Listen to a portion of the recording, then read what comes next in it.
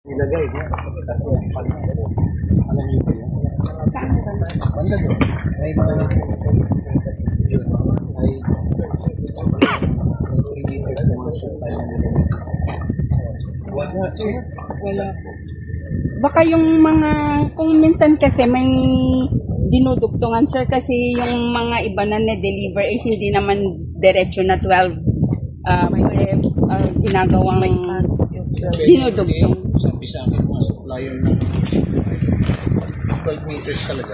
12 meters talaga. Opo sir, mayroon kasi lang. Hindi yung 12 meters matapos 9 meters yung... Hindi sir, mayroon kasi noon kasi may ginagawang kanal doon. Eh hindi sila yung sir, yung naging problema sa pag-deliver ng mga iba, although hindi naman lahat. May gasing ginawang kanal dyan sir. Yung nagtataka yung mga tao 3 meters yung... Kaya hindi idinugtong sir. Opo sir. Kasi may mga komunidad na nagre-report na 3 meters.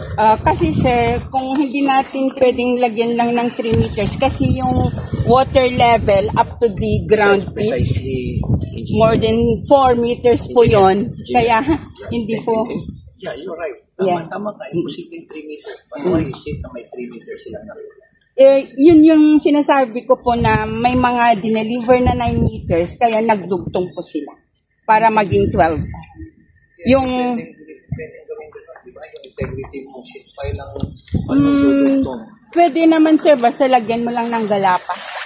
Nilalagyan nila ng galapa. Binewelding po din, nilalagyan ko ng galapa. Both sides po yun, yung parang diamond. Gaya din. Kami naman nagkaroon kami ng extensive briefing sa application ng sheet pile. Hindi naman ganun yung sinabi nila sa amin as much as possible nga, hindi iniwasan nga nila yung dugtong. Oo nga po sir, iniwasan talaga. Kaya most of the price po na na-deliver is 12. Because it will impact yung integrity ng sheet pile. Anyway, it's also part of the areas na kailangan investigahan.